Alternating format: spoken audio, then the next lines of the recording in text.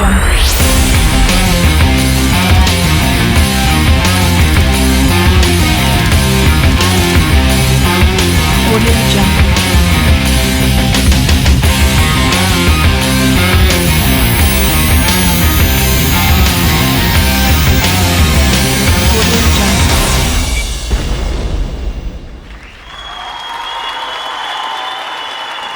cow, can you believe it? It's here. The time is now. After everything we've been through in 2020, fantasy football is starting. It is I again, your commish, JD Break, with the first episode of the LEG TV here in the brand new studio. We're getting high tech over here. Well, listen, it's been a year, you know. I can't think of anything that really happened. Can't think of anything that monumental or Kobe. Too soon. Yes, that's right. You know what happened? We are having football. Sorry, Corona Bros. Yes, that's a term I never thought I'd ever use in my life. But we are having an NFL season, and it starts this week. We are so excited. The draft just kicked off. And speaking of the draft, we are going to review all of you scumbags, your draft grades, compared to Yahoo, because we're bringing in the champ. The defending champ, Austin Stoll, is going to come in and give us his grades.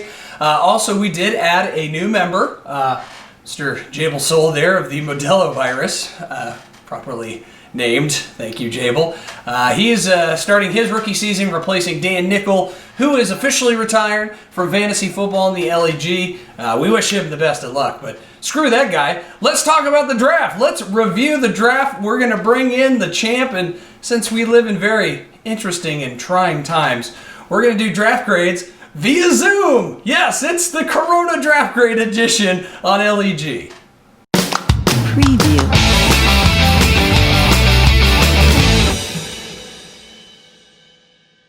All right, welcome Austin Stoll, the defending champion of the 2019 season. Mr. Stoll, Mr. Champion, how are you, sir? Doing well, Mr. Loser Hoffa. Hopefully your morning is going well. Yeah, from great. From what I heard, it sounds like it's a Hoffa kind of morning. So it's a very Hoffa kind of morning. My kid is having a Hoffa-like breakdown right now. So this is a little different. We're doing a draft review via Zoom because pandemic, and frankly, I'm just too lazy to come over to your house. But I wanted your insight. We just did the draft, right? Mm-hmm. And you being the champ probably have a better idea of who is your real competition this year. And I want to get your opinions, Mr. Stoll, and see what you think. So are you ready to draft this entire league of degenerate scumbags? I am. Grade Let's the do draft. it. Okay. Let's do it. Well, you know what? Let's start with the biggest degenerate scumbag, myself. Mm-hmm. Party like a Gronk star. Okay.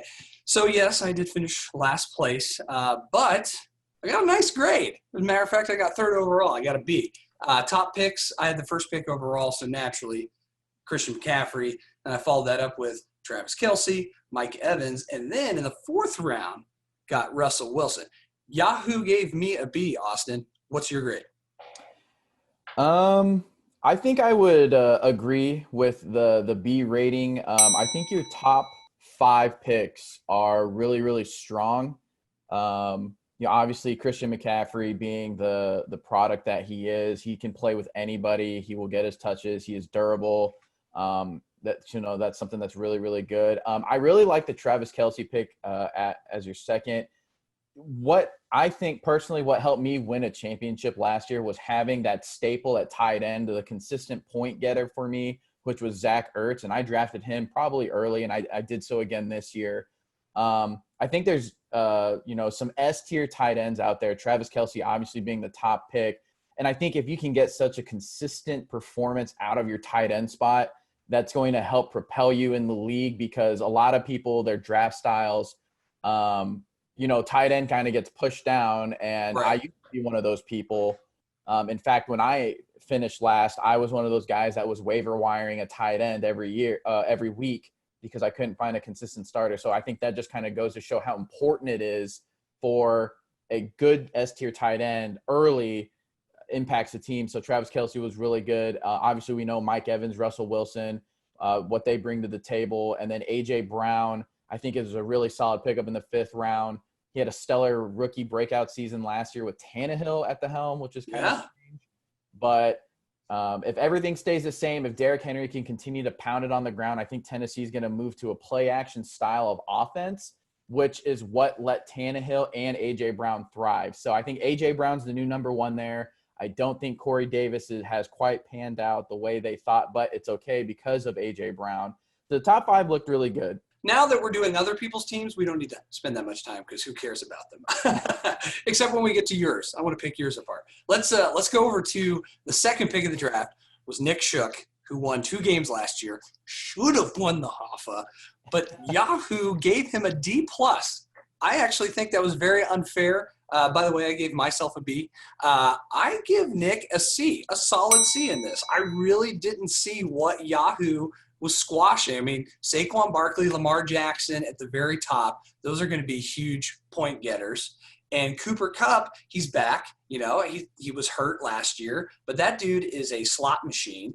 And I really like kind of the Henry Ruggs in the 13th round. I mean, They're saying that he's going to be the man in Las Vegas, and the secret is out. But what do you think? I give him a C. Yahoo says D+. What do you think, Austin? I would say C+, maybe even like a B-. I really liked how Shook's draft panned out. I mean, obviously, hopefully Saquon Barkley returns to form. You know what you're getting in Lamar Jackson as the MVP. Cooper Kupp is a great PPR pickup. The dude just produces catches. And I don't know where Terry McLaurin is ranked for Yahoo, but he is the number 1 guy in Washington. Yeah. And he showed that chemistry with Dwayne Haskins, his former teammate. I mean, Terry McLaurin is the real deal. He is a very talented wide receiver, and he got a little bit banged up at the end of the last year, but I think he's going to have a major year this year. So he's going to be a really big spot. Calvin Ridley, the same thing, complimenting Julio Jones. I just think their problem was the Falcons in general are just kind of, up and down. So that's why Calvin Ridley has not been looked at as much. But if they can figure themselves out, a really good, solid, top 5. Going Joey Bosa in the 6th round. Again, I mean, he is very talented. What you want in the defensive lineman is tackles and sacks. That's what Joey Bosa does. Pressures obviously don't really mean much. So it doesn't really matter there. The Zach Moss pick for in Buffalo, I don't really know too much. I know he's a very talented back from Utah, so I think he's going to have to compete for some time there. But not a bad pickup. And like you said, I really like the Henry Ruggs pick. Again, Henry Ruggs was a guy on my radar, as was Jerry Jeudy. Jeudy, talented out of Alabama. He has all the skill set to perform at this level. Cortland Sutton got hurt, but I think he's going to be playing this weekend. But again, how effective is he going to be? I think Jerry Jeudy can still be that guy. We'll just have to see how the chemistry works out with Drew Lock down there. Defensively, he's got some talented guys, Tyrann Mathieu, Minkah Fitzpatrick at safety. I wouldn't sleep on the Cam Newton pick in the 16th round. Obviously he's not going to supplant Lamar Jackson, but, certainly there are trends in the season. When I look at my own year, last year I had Drew Brees and Dak Prescott. I actually looked at matchups, and when Drew Brees played the Rams and got hurt, I actually had him benched because I didn't like the matchup, and I had Dak Prescott start over Drew Brees, which ended up, winning me games. It won me a game that week. So there's never a bad time to have really good quarterbacks on your team. I don't know if Lamar Jackson will face any matchup issues, but like I said, it's always really, really good to have a strong quarterback on your bench that can step in and perform for you. So, front to back, I really, really like his draft. I think Robert Quinn, his last pick, was a really strong pick, just as an added bonus. He did really well in Dallas. And he's an LB defensive end. You get that double position. If he can perform like he did in Dallas with the sack totals, just to get the extra, 6 to 8, maybe 10 points, that's always valuable. His question mark is going to be at tight end. He only has the one tight end, Hayden Hurst, who was, an older prospect, talented former professional baseball prospect. So he looks, really kind of good as far as Atlanta's concerned, but I just a question mark for me. And again, in my experience, when you make these big pushes in the playoffs, tight end is a really, really important spot. Hayden Hurst, one tight end on your roster, Hayden Hurst being the guy to rely on. I mean, it could be the difference of he scores 5 points, he scores 20 points, but you just don't know what kind of consistency he's going to get. So I think tight end is just the biggest problem. Now I'm going to go the opposite here. We're going to go to McCready, the Indy Snatch Pounders. I actually don't really like his draft, not only because he missed most of the draft, but he showed up, unlike Plow and Shook. Yahoo gave him a C. I'm actually going to kind of go a little lower. I'm going to go C-. There's not a lot of star power at the very top. Like you said, Mark Ingram, how many touches is he going to get? I mean, that's his number 2 running back with James Conner, who also faces issues with touches there. Ezekiel Elliott was his first pick. That was the no-brainer. And then Cortland Sutton, who you also mentioned that Jerry Judy's there, and he's been a little bit hurt. I give McCready a C-. What do you give him? I think I agree with you. I think C- or maybe even D+, a little bit lower than that. So obviously the Zeke pick, it was great. It's the first year in this league I don't have Zeke on my team.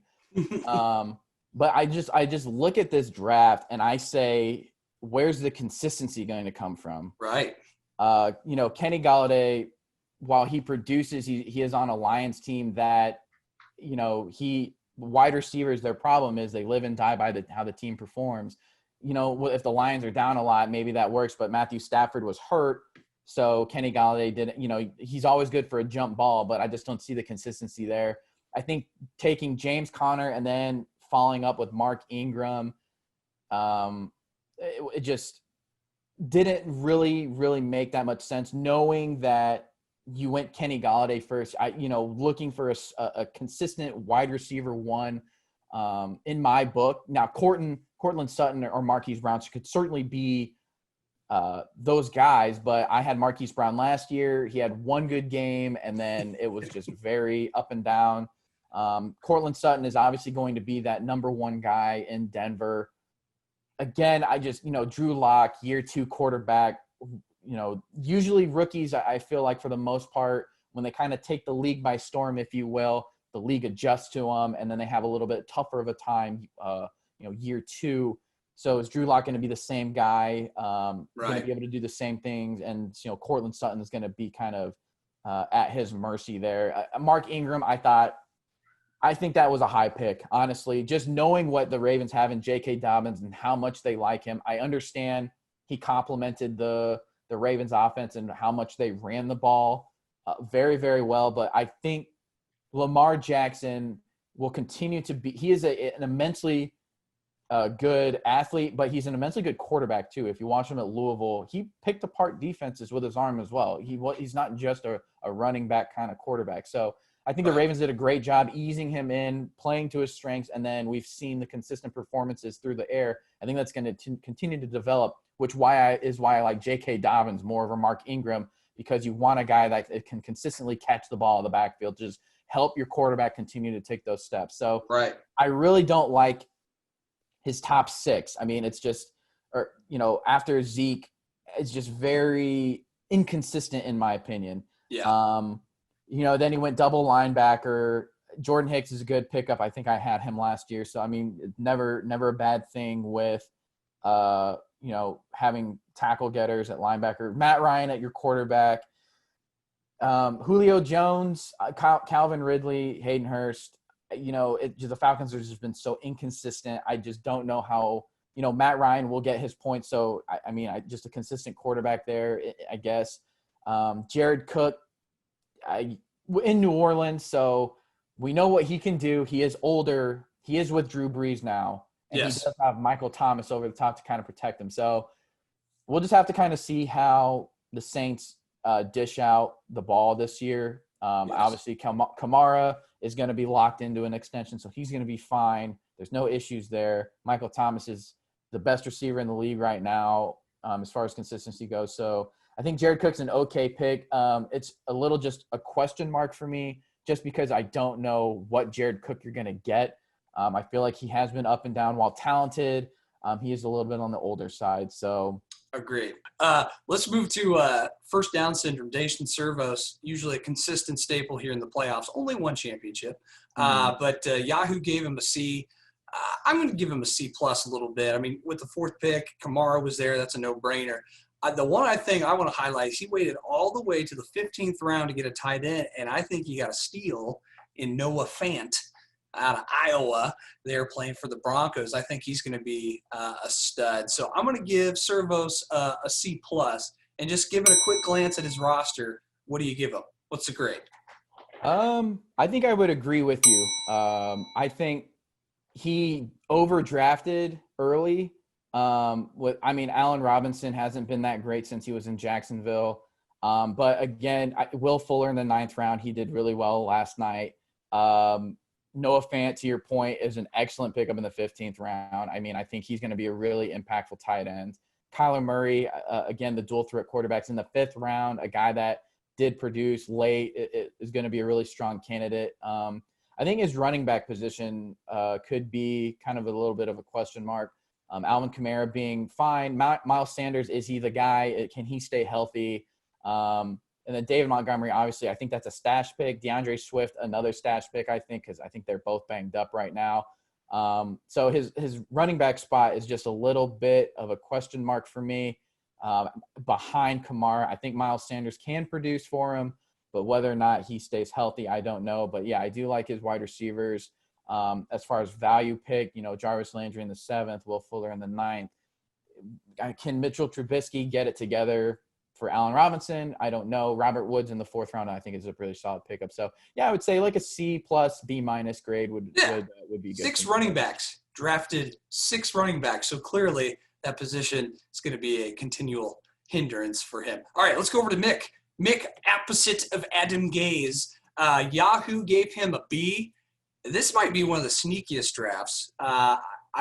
Anyways, in the top half, 5th pick, got Michael Thomas at receiver, Greg Kittle at tight end in the 3rd round, and then was able to still get Keenan Allen in the 5th.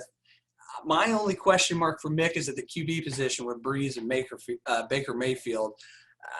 Will Breeze be consistent? I mean, I'm sure you know better than anyone about Drew Brees, but I'm going to give Mick actually a bump up. I'm going to give him a B plus because I really like some of the sneaky picks he made. What do you think? I really like this draft. I think it's probably one of the best ones in the league. You just look at the top. I mean, I'm looking at this draft. His first 8 rounds are stellar. Nick Chubb did incredible last year. George Kittle, the best tight end in the league. Michael Thomas is just a beast. And then you stack it with Drew Brees. Raheem Mostert looks like he secured the starting spot in San Francisco. That could be your only question mark, whether or not he continues to secure that. But the way he played last year, I think San Francisco is certainly going to give him the chance. You got arguably the best separator at wide receiver in Keenan Allen. So Michael Thomas with Keenan Allen, George Kittle. I mean, this is a deadly, deadly team. If Devontae Parker can do what he did for me last year, to note, I picked Parker off of waivers last year, and he scored 20 points for me every single game from the moment I picked him up. He arguably won me the championship last year. So we'll have to see if he can do that same thing, this year. But again, he is the go-to guy in Miami, I think. Yeah. And then obviously you filter in Bobby Wagner as in the top 6 round there, tackle machine. So he just has points getters. Ronald Jones in the 11th, he's supposed to be that guy that starts in Tampa Bay with a talented cast around him. So we'll have to see how that goes. But I do like that pickup as your 3rd option. So yeah. I feel that's okay to have as a 3rd option because if it doesn't pan out, you still have 2 strong choices. What was your grade? Did you give him a B plus or higher? I said B plus or potentially an A minus. I think it was one of the better drafts in the league by far. Which is A plus or A minus or B plus? Let's go A- because I really, really, really like his top 8 and then his value at Ronald Jones at the 11th. And Yeah. his defensive players are strong. His wide receivers are still, he's got a really strong top 3. So I'm not really concerned. Jamison Crowder is probably going to be the number 1 in New York. And then Golden Tate can probably do something. I think Baker Mayfield's an okay pick. I think he'll be consistent this year. He's got all the weapons in the world. So I think if he just chills out a little bit, he'll be fine. So I think he I goes really like Johnny it. Manziel this year. You heard it here first. You heard it here first. Let's go to Joe, 2020. Joe got a C from Yahoo. They graded him a C. I guess I'm going to stick there only because, first of all, he's got a great defense. Great defense. However, wide receiver, ODB, who, by the way, story's out now. He likes to get pooped on. I just thought I'd mention that because that's hilarious to me. ODB and TY is the wide receiver 1 and 2. I mean, TY is the number 1 guy, but, man, there's health issues for both Odell and TY. And then right after that, Kareem Hunt, who's not even the lead back in Cleveland, is his number 3 running back. But Dalvin Cook and Aaron Jones I like at the first 2 picks. However, besides the defense, I think it's very iffy on the offense. So I stick with the C for Joe. What do you think, Austin? Yeah, What's your I grade? agree with you. I think C's a strong grade. See? Dalvin Cook, can he stay healthy? Obviously, he had a fantastic year before he went down. Yeah. Aaron Jones looks to be to secure his spot, so potentially a really good spot there. To your point, he's got a lot of guys at wide receiver that have been banged up. His top 3 Right. all banged up. Kareem Hunt again. Is he going to supplant Nick Chubb? I don't think so, unless an injury. I think Mark Andrews is a good pick.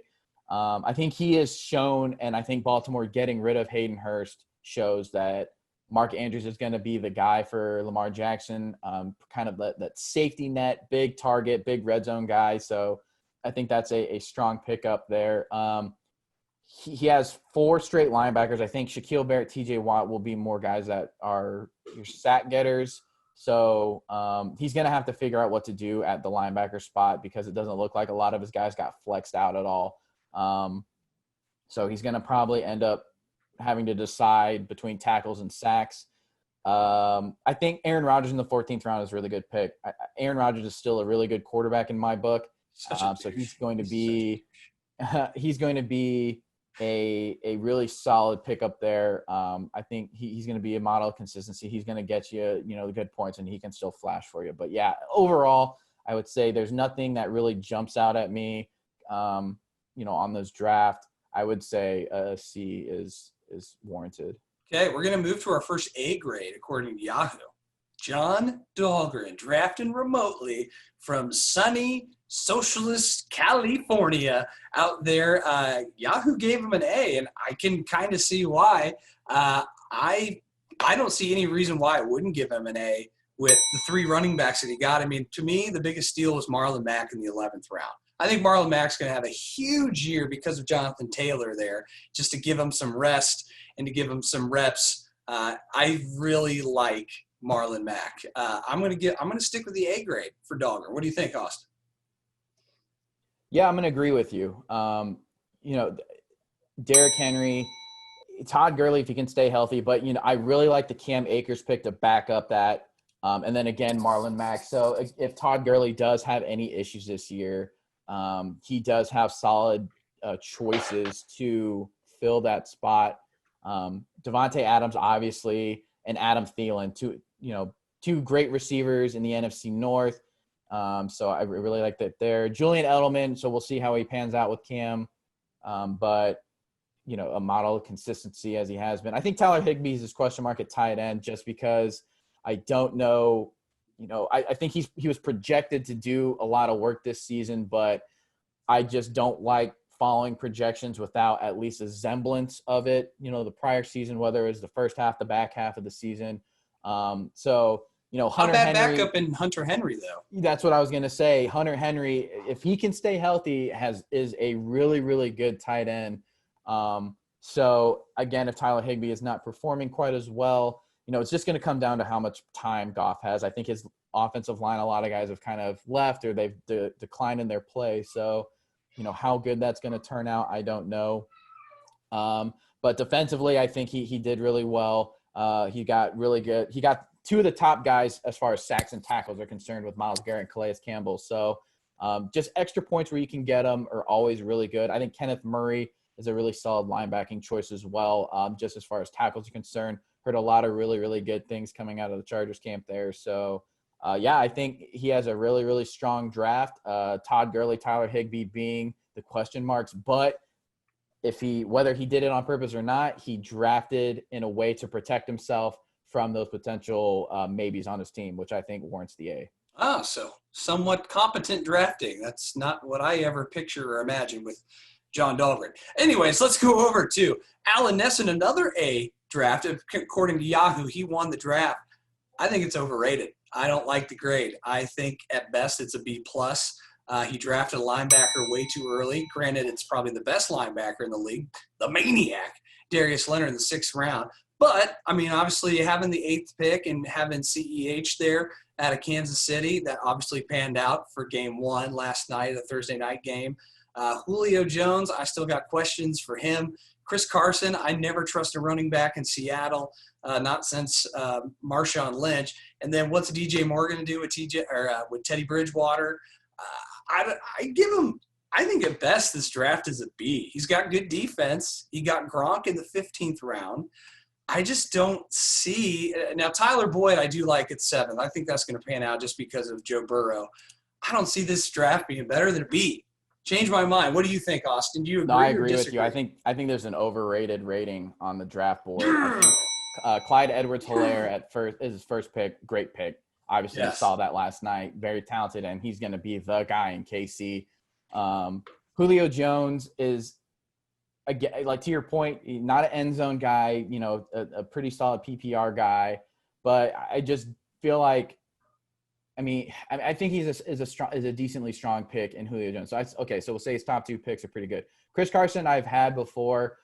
Seattle likes to run the ball, and 100 yards looks great on paper, but for the fantasy point, if he doesn't get in the end zone, you're looking at 10 points. He doesn't really catch the ball in the backfield. You're not going to stack points through the receiving. So, it's great if he gets, 18 carries for 97 yards, but on the fantasy stat sheet at 9.7 points is all you're after in a starting running back.